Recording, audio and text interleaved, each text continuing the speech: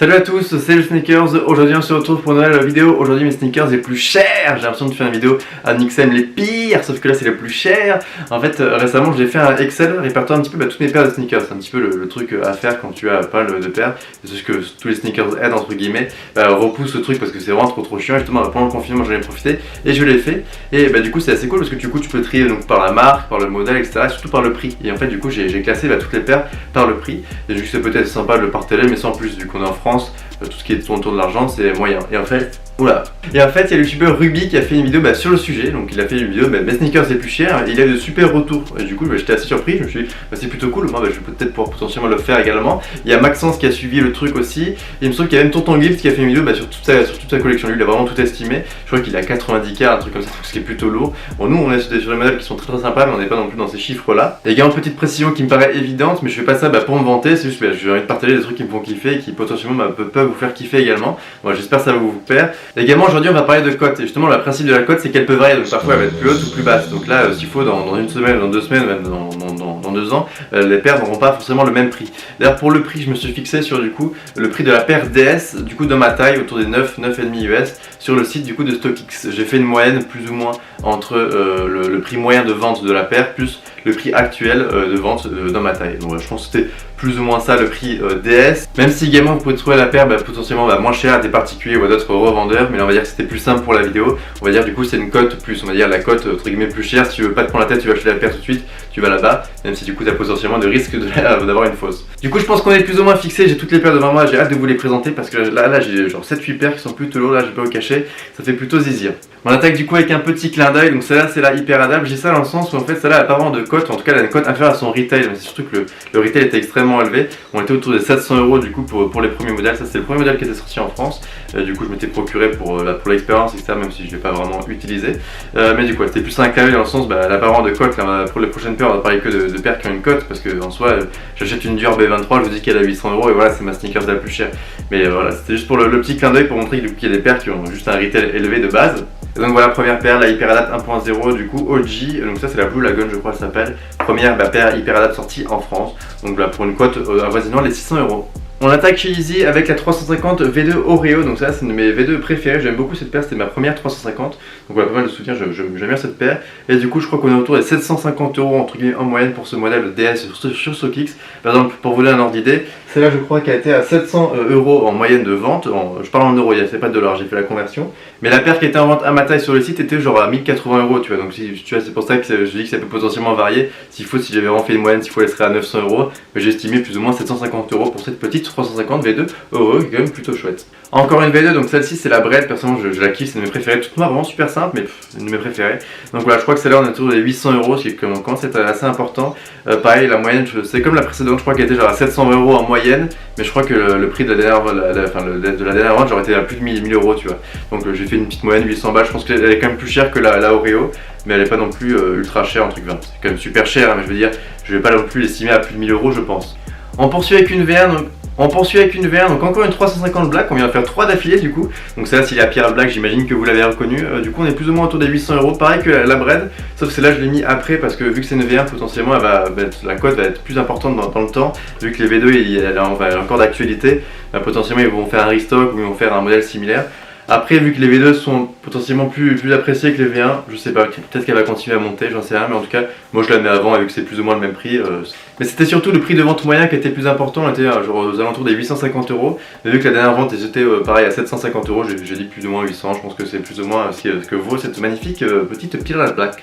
Encore une Yeezy, encore une 350 et du coup encore une V1, donc là on est sur un modèle du coup Moonrock, mon modèle préféré, j'aime beaucoup cette paire. Du coup celle-là qui est un peu plus importante que la Pirate Black parce que autour des 850 €, pareil ça peut varier encore une fois, mais voilà je trouve assez cool. Après on se dit beaucoup Yeezy, est-ce que ta cote elle est vraiment fiable? Vu que là on est comme sur des vieux modèles entre guillemets, moi je pense que potentiellement ces prix vont entre guillemets pas bouger ou potentiellement augmenter, j'espère. Donc avec un prix de vente moyen autour des 800 € et surtout une cote actuelle qui est genre à 1100, 1200 je crois, c'est pour ça qu'elle était assez importante, j'ai mis un peu plus cher du coup, 850 ça me paraissait plutôt nickel. Mais bon, à titre d'exemple quand je vous parle de cote, là je destine du coup à 800, 850 € celle-ci. Et en celle-là je l'ai acheté un petit peu à user, mais entre guillemets très correct, en tout cas dans l'état où elle est, personnellement je trouve ça très bon.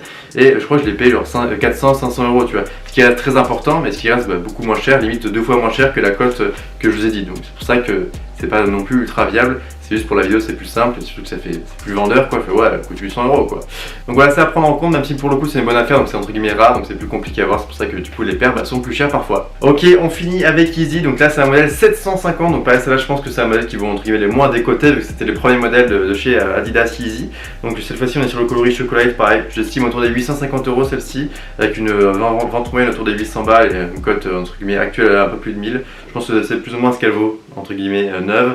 Là elle est un petit peu portée aussi, donc pareil je pense que celle-là si tu la cherches bien tu peux la trouver dans les prix aux alentours de la paire précédente. Mais pareil, ma première Yeezy, exceptionnelle, celle-là je pense que je vais la garder longtemps. J'aime beaucoup cette paire, voilà, elle est folle à chaque fois. De toute façon celle-là je l'ai vu qu'elle est là depuis le début de la chaîne. J'ai l'impression de me répéter vu que je la présente tout le temps. Mais voilà, un très beau hit de ma collection, j'aime beaucoup.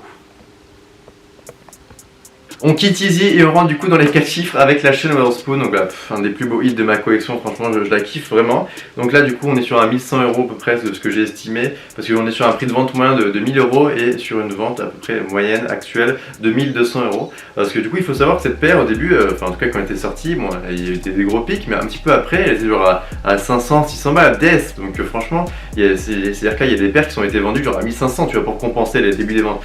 Donc celle-là je pense qu'elle peut partir très fort.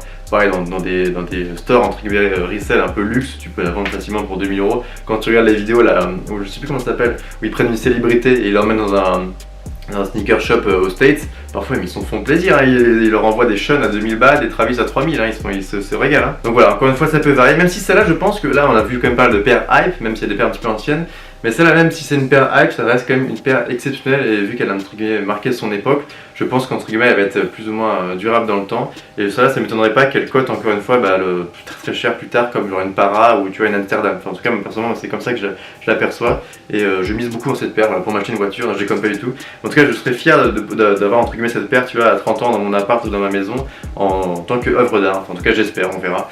Mais en tout cas, très beau hit. Mais du coup, quelle est la paire la plus chère de ma collection? Attention, roulement de tambour s'il vous plaît. Même si vous l'avez bien évidemment deviné, on va parler du coup de la Air Jordan 1 Travis Scott High, du coup paire la plus hype et la plus chère de ma collection bien évidemment. Donc ça j'ai pu la choper retail, en fait comme la plupart des paires que je présentais aujourd'hui, que je voulais pas forcément préciser, mais la plupart je m'en sors plutôt bien parce qu'il y a une ou deux, c'est les Yeezy V1 que j'ai pu choper du coup resell vu que j'étais pas encore dans ce biz à ce niveau là, enfin c'était quand elles sont sorties, mais sinon toutes les paires que je présentais c'était du putain de retail, même la Sean etc. Celle-là c'est du 190 € et du coup aujourd'hui on est plus ou moins autour des 1300 €, en tout cas c'est ce que j'estime. Encore une fois on peut l'avoir beaucoup plus cher parce que du coup je crois que en moyenne on est quand même sur un prix à 1250 € et du coup la cote actuelle est quand même à 1566 je ne sais. Donc ouais en fait je peux même la vendre plus cher entre guillemets à 1400-1500. Celle-là pour le coup ça peut vraiment varier, c'est pour ça que j'insiste dessus depuis le début de la vidéo. Donc pour ça je voulais pas me mouiller parce que celle-là pour le coup j'ai vraiment vu facilement partir au-dessus de 2000 sur StockX et même sur d'autres sites, vraiment extrêmement cher. Donc voilà, en plus celle-là est vraiment DS parce que toutes les paires que je présentais c'est du VNDS ou en très bon état, mais du coup quand on s'approche. Et voilà les fameuses étoiles du coup de Jordan qui sont vraiment pour le coup vraiment intactes parce que ça je l'ai même pas essayé, vraiment elle est vraiment nickel. Donc voilà, très belle paire, c'est ma collection, du coup autour des 1500 $ on peut dire, cette fois-ci on peut parler en dollars.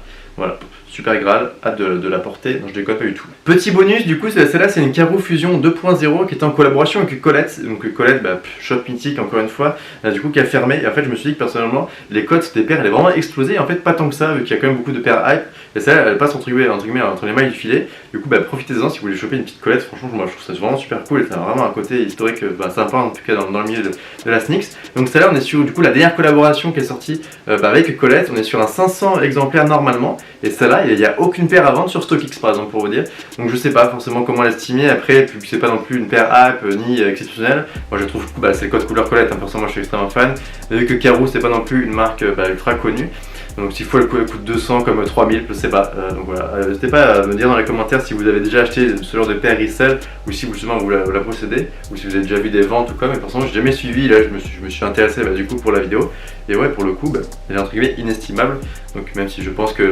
pour 500 balles tu peux la trouver, je sais pas, faudrait chercher, mais en tout cas super paire de ma collection parce que d'une 500 exemplaires, plus Colette quoi, c'est vraiment un mythique pour tout sneaker, ça fait toujours plaisir. Et voilà la vidéo est maintenant terminée, j'espère que celle-ci vous aura plu également, n'hésitez pas à me dire dans les commentaires quelle est votre paire la plus chère, ça pourrait être assez cool de voir un petit peu les paires des abonnés qui sont potentiellement sympas du coup. Voilà, j'espère que ça vous aura fait kiffer en tout cas, n'hésitez pas à mettre un petit pouce bleu comme d'habitude et à t'abonner si tu m'as découvert avec cette vidéo. Moi je t'en mets pas plus, je te dis à très vite sur l'interweb, c'était le Sneakers, ciao ciao.